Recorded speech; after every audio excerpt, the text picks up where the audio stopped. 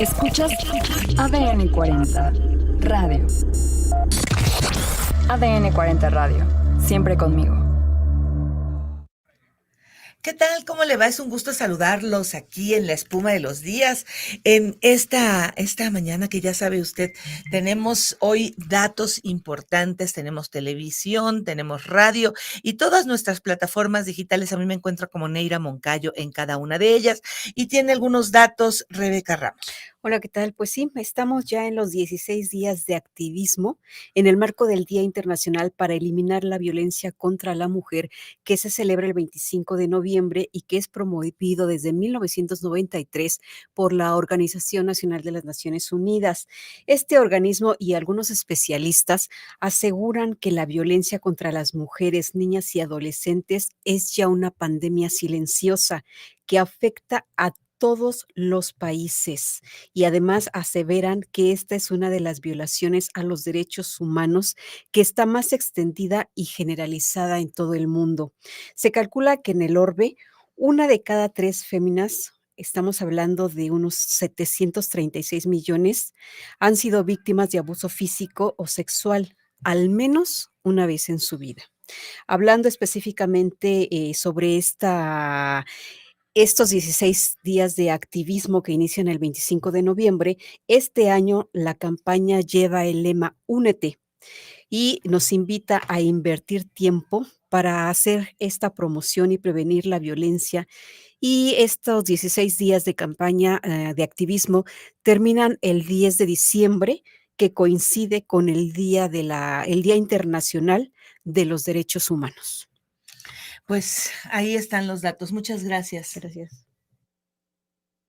Y bueno, pues tenemos aquí a una invitada que nos va a hablar acerca de este tema, Gabriela Vargas, politóloga. ¿Cómo estás, Gaby? Muy bien, querida Neira, muchas gracias por invitarme a tu espacio. Y bueno, además de ser gran amiga, de ser politóloga, también tienes un libro, estuvimos ahí en la presentación, de violencia política en contra de la mujer. Exactamente. En el ámbito de la política, querida Neira. Y a mí me encanta la introducción que vienen de hacer, porque decimos en un espacio en el que también coincido con otras mujeres mexicanas que nosotras tenemos otros datos, ¿no? Sí. Entonces eso es porque a nivel internacional, bueno, sí se tienen los datos de la ONU, que suelen ser muy puntuales y siguen una metodología. En el caso de México y de Latinoamérica, no. La verdad es que esas metodologías apenas se están instrumentando. Entonces tenemos referencias, te diría que todavía muy pobres respecto al nivel de la violencia que viven las mujeres. Y hablando propiamente de lo que me señalas en relación al libro que escribí de la violencia política, pues justamente el 25 de noviembre tiene una connotación y nace de conmemorar a mujeres activistas políticas, querida Neira, las hermanas Mirabal. Uh-huh. Ellas fueron asesinadas, estas mujeres, estas hermanas que cuestionaron al poder allá en los 60s, al Sí. dictador Trujillo en República Dominicana.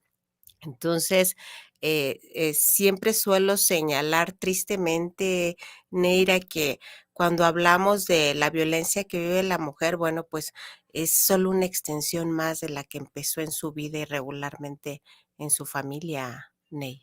Esta mañana hablábamos en un tema editorial que no tenía que ver con las mujeres, sino con una situación muy difícil que se dio de un chico que en Puebla que golpeó y llevó prácticamente al hospital a otro joven que era de seguridad, ¿no? De ahí del lugar de la zona residencial donde vivía y que decían que por ahí se habían filtrado algunos datos de que la mamá había hecho violencia y el papá, y digo, pues es que no nació así.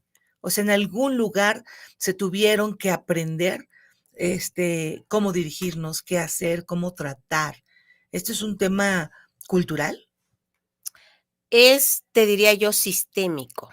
Es mucho más amplio que el tema cultural, porque si dijéramos cultural, terminaremos culpando a la familia. Ajá. Pero la familia es parte de un sistema, de un Estado, que también tiene sus obligaciones, ¿no? Entonces, en virtud de que no se dan unas circunstancias sociales que hagan posible una convivencia sana, tienes unas familias disfuncionales cuando faltan recursos económicos, cuando falta empleo, cuando hay drogas, cuando hay alcoholismo en la familia. Esto, por supuesto, son potencializadores. Entonces, reducir a que es un tema cultural, pareciera entonces que la familia, que es el eje, la estructura Responsable. de la sociedad, es la única responsable y no es así. Obedece a lo que te señalo, que es mucho más amplio y que evidentemente y desafortunadamente, bueno, tiene su reproducción, lo señalas muy bien, en la familia, porque es el ámbito más cercano. Y ahora que lo comentas, es muy importante que señalemos que la mayor violencia que sufren las mujeres es en la familia, ¿no? La sufren a través de sus parejas o de sus exparejas o de sus propios familiares cercanos, el padre, los hermanos, primos, tíos, ¿no? Entonces, cuando se cuestiona mucho me han llegado a preguntar, pero los hombres también sufrimos mucha violencia. Sí, pero los homicidios en porcentaje, el 56% de homicidios de las mujeres son en su propio hogar. Entonces, a diferencia del 11% que en el caso de los hombres se da en el caso de ellos, ¿no?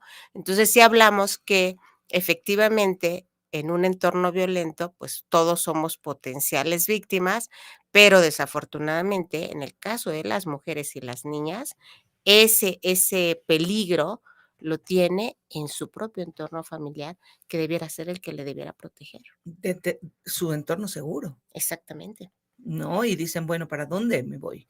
¿Qué hago? Yo creo que se vulnera. Imagínate, no tener tu espacio de seguridad.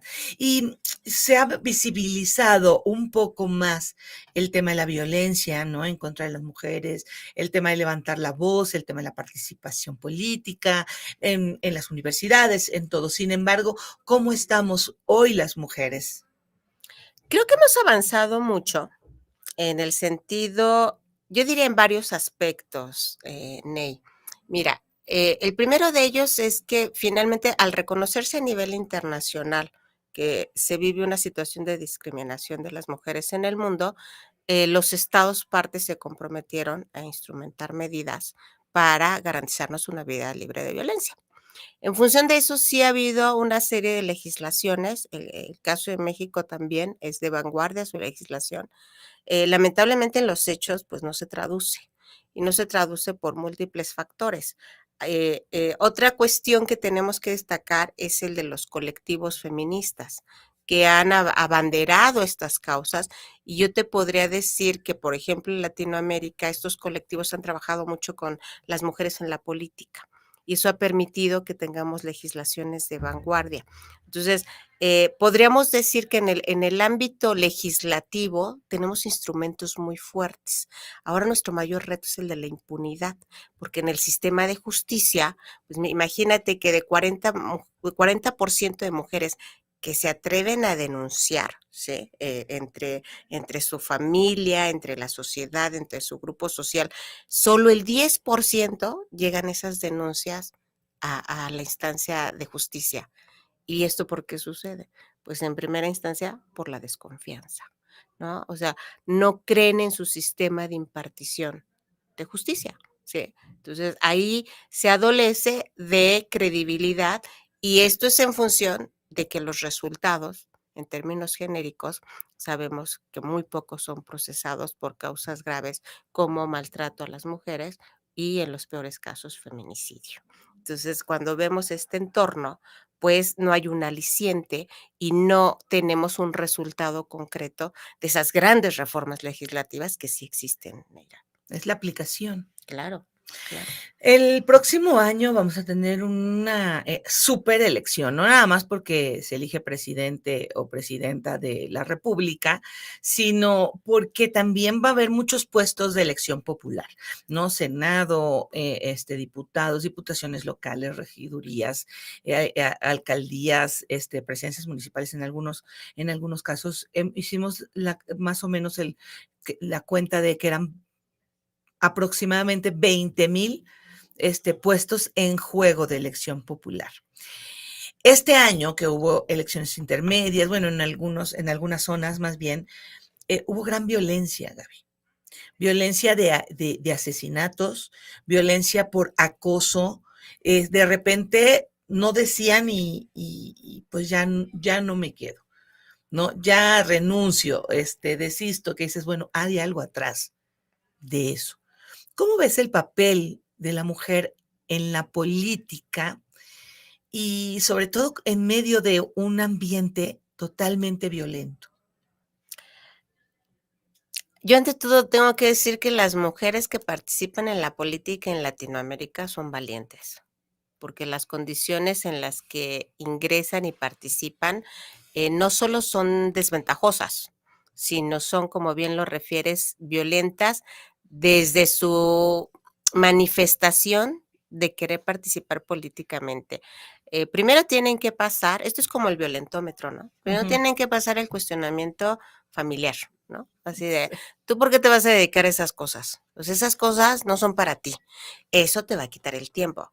¿Quién va a cuidar a los niños? ¿No? ¿Quién va a hacer de comer? ¿Quién va a atender la casa? Como si esa función del ámbito doméstico nos correspondiera exclusivamente a las mujeres.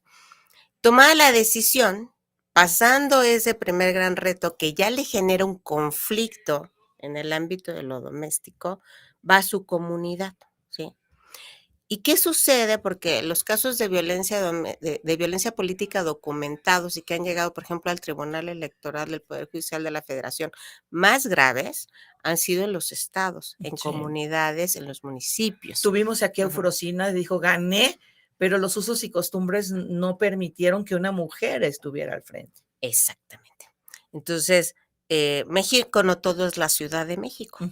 Tenemos esas comunidades pequeñas, esos municipios, donde cuando una mujer se llega a postular, viene el segundo filtro, el cuestionamiento de su grupo social con el que ella se desenvuelve, ese colectivo que le acompaña, ¿sí? Y que dice, vaya, pero pues si ahí están los usos y costumbres, como en los casos de Chiapas, que es muy frecuente Oaxaca, ¿sí? Tienen que pasar el filtro de la comunidad que avale su candidatura. Había un caso que a veces cito porque suena incluso absurdo, que para que una mujer pudiera ser candidata a los usos y costumbres exigía que el esposo hubiera hecho trabajo comunitario, ¿sí? O sea, la candidatura de la mujer depende del trabajo comunitario del esposo. Pero ¿qué sucedió? Llegó una candidata soltera. Entonces le dije, no, pues tú no puedes participar porque no cumples el requisito de que el esposo haga el trabajo colectivo. Bueno, eso también tuvo que llegar al Tribunal Electoral para que se reconociera el derecho que ella tenía como mujer soltera de contender a ser representante, ¿sí? Entonces, pero te estoy hablando de una secuela, de un trabajo jurídico que le acompañen, porque además no son mujeres que nacen dentro del derecho electoral, Claro. Neira, ¿no? Entonces, una cosa son las dirigencias de partidos las elecciones de las dirigencias nacionales y otra cosa son las mujeres compitiendo en el ámbito municipal. Los partidos les dan lo mínimo para contender. Entonces, a veces tienen la suerte de que las acompañe un cuerpo jurídico, un abogado, ¿no? O nos hemos encontrado con casos de que dices, bueno, les dan, ¿no? Los lugares que saben que llevan menor persona, casi que saben que van a perder. Sí. Y cuando ganan, por el trabajo que hacen, por el arrastre, porque en verdad lo iban a perder porque no querían al partido, no querían al candidato, pero cuando esta persona sale y va adelante, es una guerra con su propio partido, de que cómo tú vas a hacer. Claro. Y ese punto que acabas de tocar, lo viven casi todas las mujeres que están en la política. Tienen que superponerse al propio partido que las está postulando, ¿no? Entonces, a pesar, bueno, ya logramos algo porque ya los partidos, pues a marchas forzadas aceptan que tienen que cumplir lo que la Constitución refiere, que es el 50% de las candidaturas, ¿no? A marchas forzadas, lo hemos visto todavía incluso ahorita en la disposición de las posibles candidatas a las gubernaturas. Pero otra cosa es darles el apoyo total cuando ya están contendiendo. ¿Y a qué me refiero? No solo a que las postulen por distritos competitivos, donde Ujú. tengan posibilidad de ganar. Un segundo aspecto y básico y que no está regulado para ningún partido es que les den financiamiento Así para su es. campaña. O sea, de verdad las mujeres en los estados hacen campaña con lo que pueden y con lo que tienen y con sus amistades. O sea, realmente el partido en muy pocas ocasiones o a muy pocas candidatas les dan recursos para sus Gaby, campañas. es cualquier partido. Cualquier partido, No estamos sí. hablando de uno en específico. O sea, No, suele pasar en todos los en todos los partidos partidos. están Ajá. documentados casos de violencia política por razón de género en contra de las mujeres. Entonces, por eso te señalaba al principio que estamos hablando de un problema sistémico, porque si no cambias la estructura, como es un llamado de muchos colectivos, a que se abra, a que se democratice, a que se le dé un enfoque distinto al propio sistema partidista que filtra las candidaturas, difícilmente vas a poder tener una mayor participación y en libertad de las mujeres que están contendiendo, porque ese es otro tema, ¿no? Híjole, Ujú. ¿y cómo le hacemos los medios de comunicación para cubrir la violencia política de género? Esa es una pregunta súper importante y te agradezco mucho que la hagas, Neira, porque fíjate que en los propios análisis que ha hecho el Instituto Nacional Electoral, vemos varios aspectos en relación con los medios de comunicación. El primero de ellos es que se percibe que la cobertura que dan los medios siempre da preferencia a los hombres, ¿no? Porcentualmente todavía bastante, o sea, todavía en 2015 la diferencia era 300% en relación a la cobertura de mujeres. En segundo lugar, que profesionalicen más a los Periodistas. periodistas para abordar a las mujeres. O sea, es muy curioso ver cómo los cuestionamientos a las mujeres que contienen en la política son diferentes a los de los hombres, ¿no? Les preguntan por sus hijos, qué les gusta, eh, cosas más, podría decirlo, Soft. frívolas, ¿sí? Ujú. Como si se descalificara la capacidad de las candidatas para postular ciertos principios, para llevar su campaña con fuerza respecto a temas álgidos como son economía, pobreza, violencia, militarismo. Entonces, cuando se cuestionan las mujeres que están participando en la política de los problemas graves que tiene este país, suelen ser preguntas bastante ligeras, como si se menospreciara la capacidad de estas de hacer propuestas sólidas, concretas y que puedan llegar más allá del público. Entonces, la diferencia en el tratamiento que le dan a los varones políticos con las mujeres políticas es abismal todavía y creo que debemos de trabajar en hacerles los mismos cuestionamientos porque la mayoría de ellas están preparadas y las que no lo están haciendo constantemente para estar a la altura del puesto que están postulando. Y es que a veces vemos casos excepcionales de mujeres impuestas o manipuladas, pero creo que también hay hombres impuestos o manipulados, ¿no? Pero se le da mayor visibilidad a un tema de mujer. Dime tú qué opinas acerca de pues toda esta polémica que se ha armado en torno a la paridad. Es desafortunada, yo te diría, y lo repetiré en todos los foros porque estamos hablando de un tema de derecho, ¿no? O sea, antes que nada es un tema de igualdad, ¿sí? Y cuando hablamos de igualdad, porque dicen, es que si no hizo el mérito, ¿por qué se le da el lugar? Bueno, se da el lugar, se le llaman pues, medidas que se instrumentan en derechos humanos con miras a equilibrar esas diferencias, ¿no? Y que son eh, temporales, ¿sí?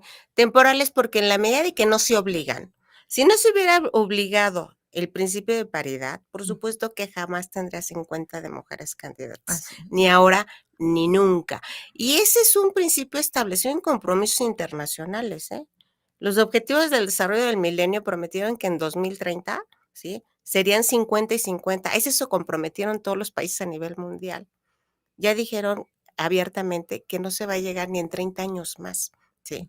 Y entonces aquí cuando se habla de que sea 50-50, bueno, todo mundo cuestiona que si tienen capacidad o no. Ojalá hubieran cuestionado eso de todos los varones que nos han venido gobernando durante décadas y que no hemos visto resultados que puedan ser satisfactorios. De verdad, he estado con partidos políticos y ojalá les hubieran puesto un examen a todos los que fueron candidatos, siquiera para que tuvieran los elementos mínimos para saber cuál es su función en un congreso, cuál es la función de la representación, cuál es la función de generar una política pública. Por Dios, si lo hubieran hecho con ellos, créeme que las mujeres no estaríamos ni siquiera peleando, estaríamos muy contentas de saber que se hace una política pública que realmente está beneficiando socialmente. Pero las mujeres sabemos que hemos estado al margen de esos espacios y hacemos un trabajo social muy reconocido, y tenemos ejemplos internacionales de mujeres líderes que traen una agenda social y no una agenda de interés personal, que por supuesto han hecho cambios, y es lo que señalan los datos de la ONU dicen: las mujeres en la política impulsan agendas sociales, no impulsan agendas de conveniencia. Y las mujeres estamos convencidas que sí podemos hacer una mejor política, Neira. ¿Hay violencia política de mujeres? ¿Crees que sea fuerte de mujeres contra mujeres? Sí, sí, por supuesto. O sea, al final del día son patrones, ¿no? Que aprendes. Desafortunadamente, las primeras mujeres que ingresaron al ámbito de la política, como al laboral, como a cualquier ámbito en el que las mujeres hemos ido incursionando, han tenido que trabajar con las reglas del juego. Y no se les puede cuestionar por ello, porque de no hacerlo de esa manera, no serían parte del sistema. Tenían que entrar, se dice mucho y también se ha documentado que las primeras mujeres que tuvieron peso político, pues venían de familia política. Claro. Sí, ¿no? Y cuando te acuerdas, por ejemplo, cuando las famosas Juanitas, Sí. ¿no? Que dijeron, que tiene que ser tienen que ser mujeres, y entonces postularon a los suplentes como los hombres y ellas renunciaron. Y ellas eran pues las novias, las esposas, las primas, muchas de ellas. Eso también es violencia política, porque les dijeron: ¿qué crees? Te voy a poner aquí. Y seguramente muchas no querían, Sí. Entonces, aquí el tema, y eso es muy importante, que el querer participar en la política responda a una decisión que proviene de la mujer y que sea autónoma y que no sea una imposición de su propio grupo partidista, ¿no? O de su propio esposo, papá, hermano, que le dice: ¿qué crees? Yo ya no puedo postular, pero por género tú sí puedes entrar y entonces te coloco como candidata a gobernadora, ¿no? Ay, me Sí, suena, me te suena conocido, ¿no? Me suena. Entonces, y cuando Sí. está ejerciendo el cargo no la ves, ¿no? Claro. Entonces, eso Ni en también, un huracán. eso es violencia política, Neira, ¿no? Así Porque es. en primera se le impuso el cargo, seguramente no lo quería porque se nota en el compromiso social, ¿no? Entonces, si no ves a la mujer ejerciendo ese cargo, pues quiere decir que nunca tuvo un interés realmente personal por involucrarse en el espacio de la política. Entonces, tenemos que ver que han tenido que jugar con lo que tienen para poder participar, pero siempre tienen la posibilidad de hacerlo diferente. Pues con esto nos quedamos, y te vamos a invitar a medida que avancen y que empiecen las campañas para hacer análisis de lo que está sucediendo desde otra óptica. Te agradezco mucho, Gaby, que hayas estado con nosotros. Un gusto, Neira, y gracias por sumarte a el Día Naranja y los días de activismo por eliminar la violencia en la vida de las mujeres. Y bueno, pues ya sabe usted, vamos a una cápsula de mi querida Valentina Rodríguez. La capacidad de percibir sabores se lo debemos al sentido del gusto, y en esencia son reconocidos 5: dulce, salado, amargo, ácido y umami. Es a partir de que nacemos que se empezó el registro de cómo reaccionamos ante cada estímulo gustativo por ingerir algún alimento o sustancia. Esperar a nuestros primeros días de vida puede que ya no sea necesario para saber qué nos gusta o nos disgusta, ya que un reciente estudio reveló que los bebés en gestación reaccionan a ciertos sabores. En imágenes de una ecografía 4D del Laboratorio de Investigación Fetal y Neonatal de la Universidad de Durham, en Reino Unido, mostró por primera vez cómo fetos en el útero parecen sonreír o fruncir el ceño. En este estudio, las mujeres seleccionadas que tuvieran entre 32 y 36 semanas de embarazo consumieron una cápsula con polvo de zanahoria o una con polvo de col rizada. Y se pueden más o menos dar una idea cuál causó agrado y cuál no. Así es, el dulce sabor de la zanahoria fue mejor recibido que el amargo de la col rizada. No se puede asegurar que estos estímulos hayan generado emociones, pero sí reacciones. Lo cierto es que estas imágenes respaldan el hecho de que el gusto se desarrolla muy temprano y se va adaptando dependiendo de las preferencias alimentarias de la madre, lo que ayudaría muchísimo a propiciar una alimentación saludable en sus hijos después del nacimiento con estos estímulos repetitivos de sabores. ¿Y qué más datos nos traes, Rebeca? Pues vamos a ligarnos con los sabores. Bueno, mañana vamos a celebrar el Día de la Lucha contra los Trastornos de la Conducta Alimentaria. Este día surgió a finales del año 2012 por iniciativa de dos administradoras de páginas de Facebook que ellas estaban buscando ayuda, tenían este problema, y también para tratar de ayudar a otras personas que tienen este problema. En México, la proporción de adolescentes en riesgo alto de tener un trastorno de conducta alimentaria es del 1.6%, de acuerdo con la Encuesta Nacional de Salud y Nutrición del año 2022. Sin embargo, especialistas aseveran que este problema es más frecuente de lo que estadísticamente se dice, porque muchas mujeres y hombres también lo padecen en silencio y suelen ocultarse. Y ojo, destacan mucho que hay casos de hombres. Otro dato interesante es que la estadística era que el problema se presentaba entre jóvenes de 14 a 18 años. En la última encuesta se detectaron niños de 12 años ya con este problema de problemas alimenticios. Gracias, Rebeca. Y antes de despedirnos en esta ocasión, les traemos como una novedad literaria África, radiografía de un continente, del autor Diego Gómez, por la editorial Taurus.